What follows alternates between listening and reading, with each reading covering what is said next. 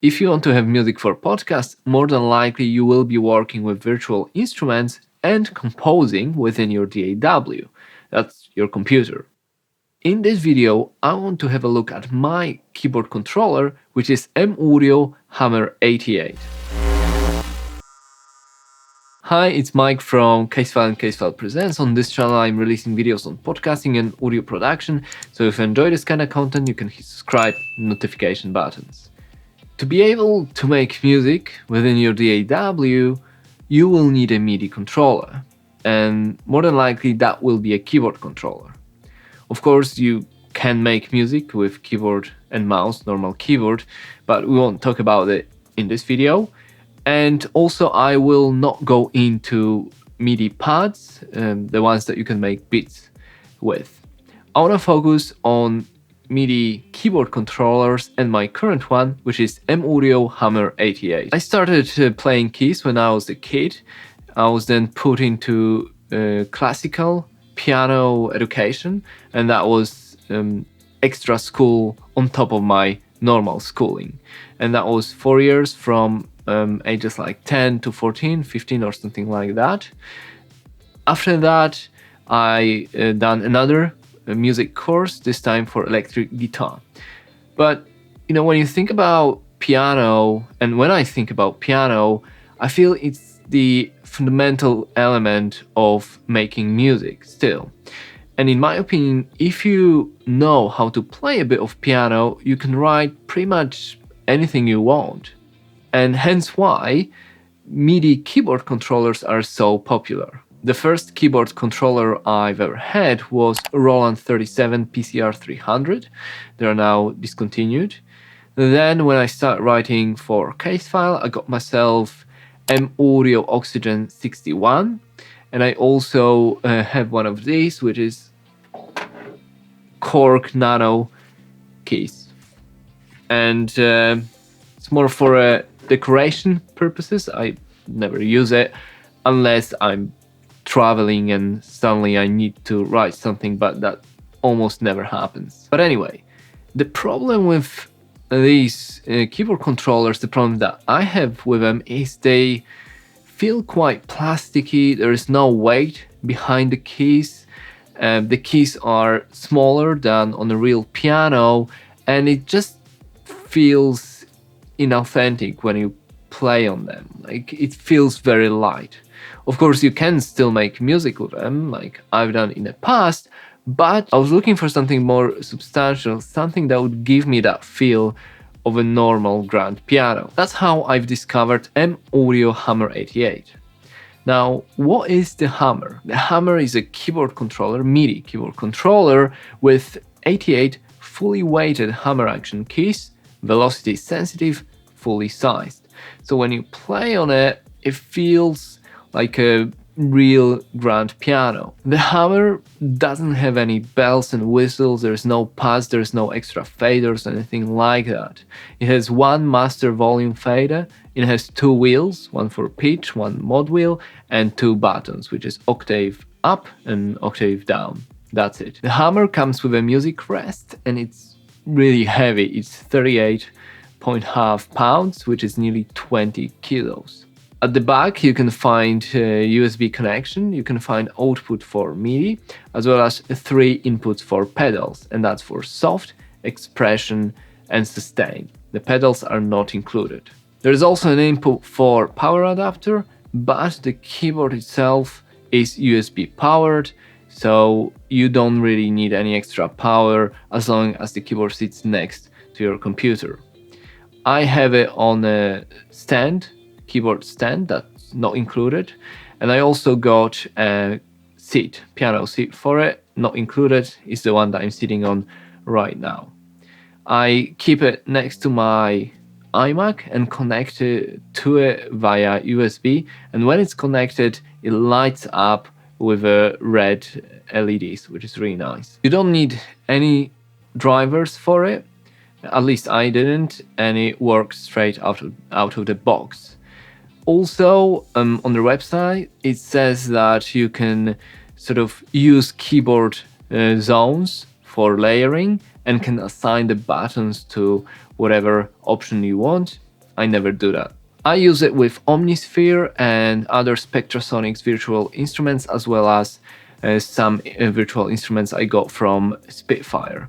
Now, playing on the hammer is very, very satisfying. The keys, the weight behind them, they add that extra dimension and expression to the music when you create or when you play for fun, which I almost never do because I almost never have any time for it. Let's now have a quick listen how the hammer sounds within Pro Tools. Okay, so let's have a look. Let's have a listen how the hammer sounds. Obviously, you can feel how the keys feel, but I want to show you just a few sort of options and how I use it. So the hammer is connected via USB to my iMac, and within Pro Tools, I've got Omnisphere, some other stuff. So, for example, we got the cinematic piano selected.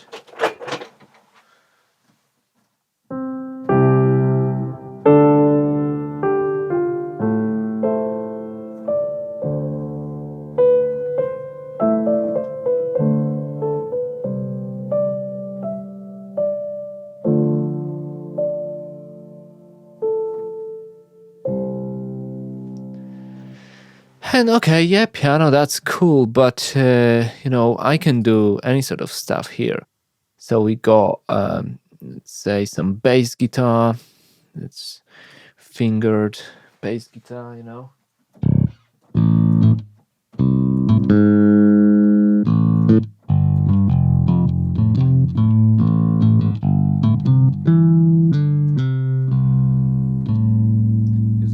I can use the pitch as well, so.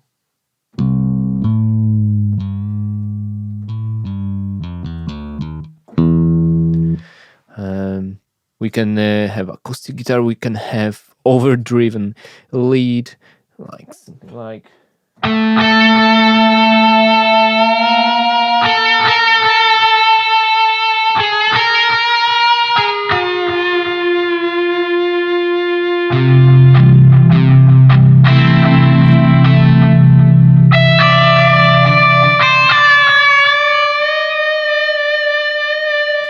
Good for solo, stuff like that. What else? Any sort of stuff, obviously pads, that kind of thing. I have loads of libraries, so that's just Spectrasonics, but I have loads in here. Let's just keep it simple. Some sort of analog classics.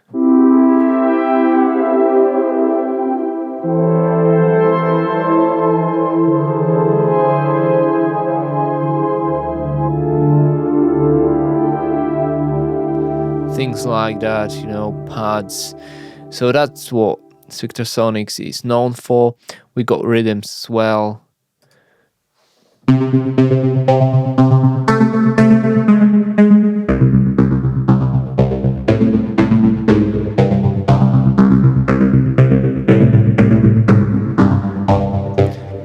Anything really. And within Spectrasonics, I got Omnisphere, then Trillion, that's for bass, Keyscape, that's for keys, and a bunch of libraries from Unfinished and some others as well. Now, so others would be Celtic, Atmospheres, just some crazy.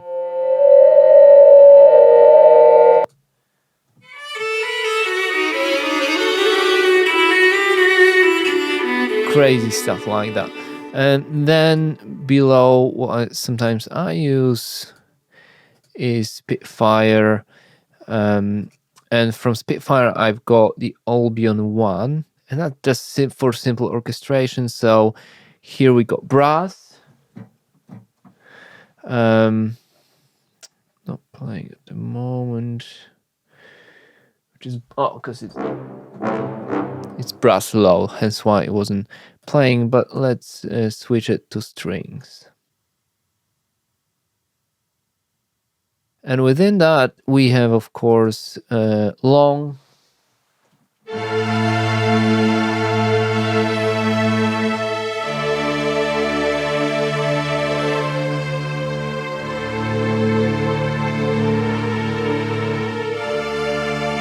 or we can select pizzicato with staccato, for example.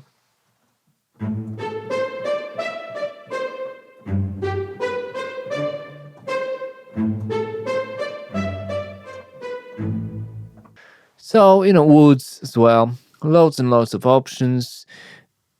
Then we've got rhythms as well, but that's for the groove. You don't really use,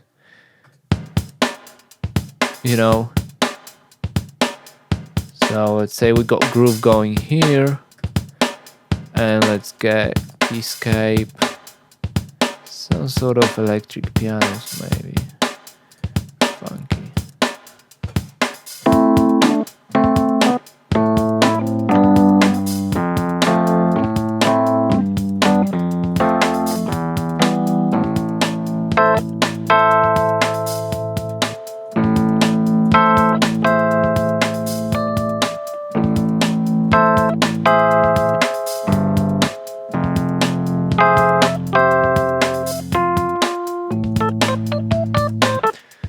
Things like that.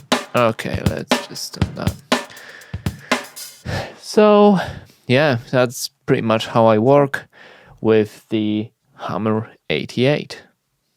The price is also really competitive, and it currently stands around £350. Of course, you've got to remember that this is still a Midi keyboard controller. There is no amp, there is no speakers, you cannot play on it if it's not connected to your DAW. So it's an amazing addition to your studio, but it won't work standing in your living room. All in all, if you're a semi-pro, if you make music as part of your job or even as a hobby and had enough of these small plastic keyboard controller keys, I think the Hammer is the answer. Honestly, this is one of the few purchases that I'm really, really happy with. The Hammer is one of my favorite items that I own. Definitely it's the winning item in my studio. I use it nearly every day. But that's it for today. I'm Mike Migas. If you enjoy this kind of content, you can check the rest of my channel or my website, mikemigas.com. For now, you can share, you can like, you can subscribe, and I will see you later.